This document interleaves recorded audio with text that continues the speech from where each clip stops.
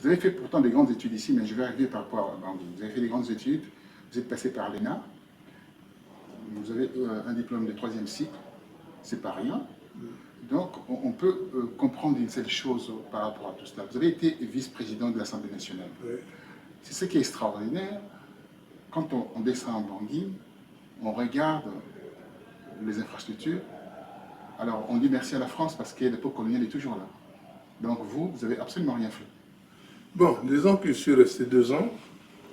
Et pendant 2 ans, j'ai fait des travaux qui n'ont pas été faits depuis l'indépendance.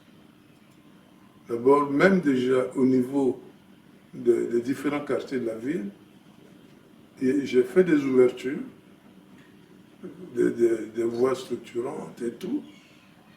Et j'ai surtout fait de telle manière que la population, le train de vie, c'est-à-dire que les conditions de vie de la population s'améliorent.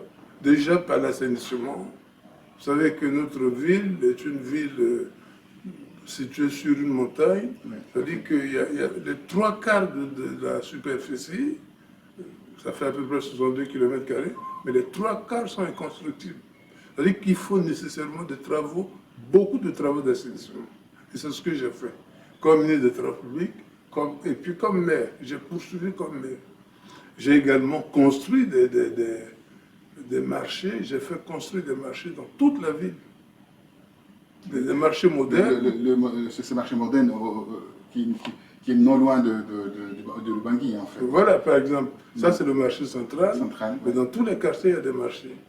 Et également, j'ai essayé de faire en sorte que nous puissions être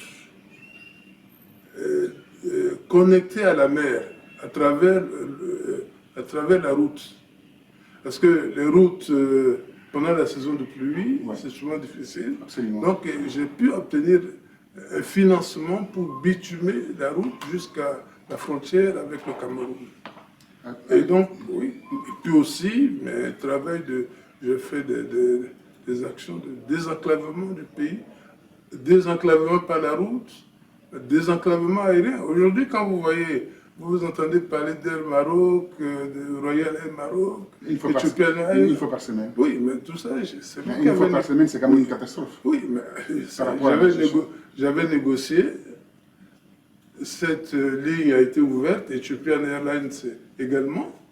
Mais bon, il y a beaucoup de projets que mes successeurs auraient dû continuer, surtout dans le désenclavement de la ville. Alors, on va terminer avec vos successeurs parce que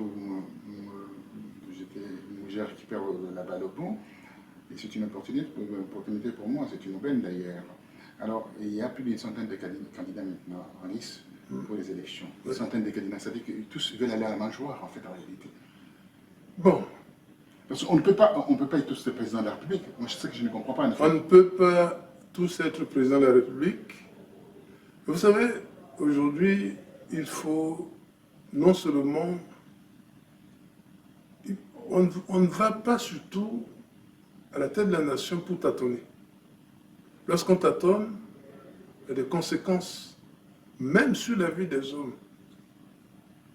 On va à la tête de la nation avec un idéal bien précis. Avec l'idéal de trouver des solutions qui ont manqué et qui sont à l'origine du chaos du pays. Alors, on va aussi avec un esprit de sacrifice. On ne va pas pour devenir riche. On ne va pas pour les honneurs. Alors, c'est le cas. Oui, bon, malheureusement. Bon, donc, et puis on va aussi avec l'expérience de la vie, avec la connaissance de la vie nationale. Donc, si vous me dites que les gens vont juste pour pour dire qu'ils ont été candidats, je suis d'accord avec vous. Mais bon, comme je veux être candidat, je ne veux pas aussi juger les autres. Alors, on va juger les autres. Il faut commencer à juger absolument les autres, à voir leur bilan. On va commencer par Nzegele, qui fut ministre. Premier ministre, autant pour moi. Alors, il a remplacé, bien entendu, Anissé Delegele. Oui. Non. on se rend compte que ces gens-là qui veulent devenir aujourd'hui président de la République, quand on regarde leur bilan, on se dit, mais pourquoi reviennent-ils? Bon, mais vous savez, vous êtes journaliste, je préfère que vous leur posiez cette question. Que vous leur posiez cette question, et certainement ils vous donneront la réponse. Je reviens encore par rapport à un lycée de Léguélé, Oui. qui est un des grands responsables d'une banque, PDAC, où on l'a accusé de malversation et on l'appelait Monsieur 10%. Pour vous, ça sonne comment? Vous savez, non, je vais vous dire une chose. Dans une rhétorique. Non, je vais vous dire une chose.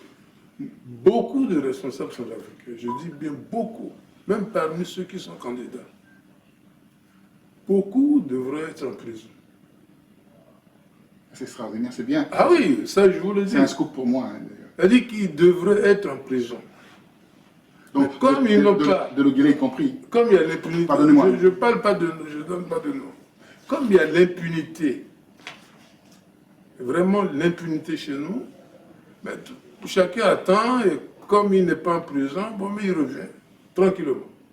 Alors vous pensez, voilà. Et comme notre ami Bozizé revient aujourd'hui avec ses grands sabots, dire que voilà, je suis candidat, tout ce qu'il a fomenté, tout ce qu'il a mis en place comme les anti-Balaka, vous pensez qu'il a vraiment droit de se présenter aux élections avec le sang des Centrafricains?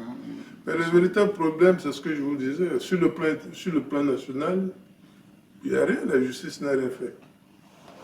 Mais par contre, sur le plan international, il est interdit de sortir, il est poursuivi, mais sur le plan national, et c'est ça le drame. Et voilà comment l'impunité crée des drames. Alors on peut observer une seule chose à travers tout ce qui se passe. Il y a la mégestion, vous avez dit que tout le monde devait aller en prison. Tout le monde, c'est-à-dire que ceux qui vont s'amuser à voler, à spolier les biens, les deniers publics, il y en a beaucoup. Vous allez remplir des prisons, vous allez en fabriquer. Non, la question n'est pas de remplir les prisons. La question pour eux, c'est de faire leur travail correctement. Le problème, c'est qu'il faut qu'on arrête, on cesse avec l'impunité. On ne peut pas, c'est l'impunité qui est à l'origine du chaos que nous connaissons. Donc il faut nécessairement une rigueur dans la gestion des finances publiques. Il faut des contrôles et il faut aussi nommer des gens qui ont, sur le plan d'abord professionnel, ont une bonne moralité. Donc, quand vous parlez de moralité, vous voyez quoi dans la moralité, le terme moralité? Mais quelqu'un qui a... C'est relatif quand on dit bonne moralité. Non, écoutez, quelqu'un qui ne fait que détourner, qui a eu des postes, mais détourne et... s'en va et puis revient pour... Voilà, vous pensez qu'il a une bonne morale. C'est celui-là qu'on peut mettre... Est-ce que vous pensez que le 3/4 des candidats qui sont aujourd'hui en lice, c'est des gens qui ne doivent même pas se présenter? Bon, je n'ai pas dit qu'ils ne doivent pas se présenter. J'ai dit que s'ils étaient poursuivis, parce que réellement, il y en a qui devraient être poursuivis, mais si réellement, s'ils étaient poursuivis, mais ils seraient en prison. Mais comme il y a l'impunité chez nous, tout le monde est blanc. Tout le monde est blanc. Alors, bon, on a des cœurs noirs aussi par rapport à cette histoire de la Centrafrique. On a du sang de Centrafricains. Et comment se laver de ces sangs? Par l'expiation. L'expiation des péchés, c'est quoi? C'est aussi être dur en matière judiciaire, je reviens encore.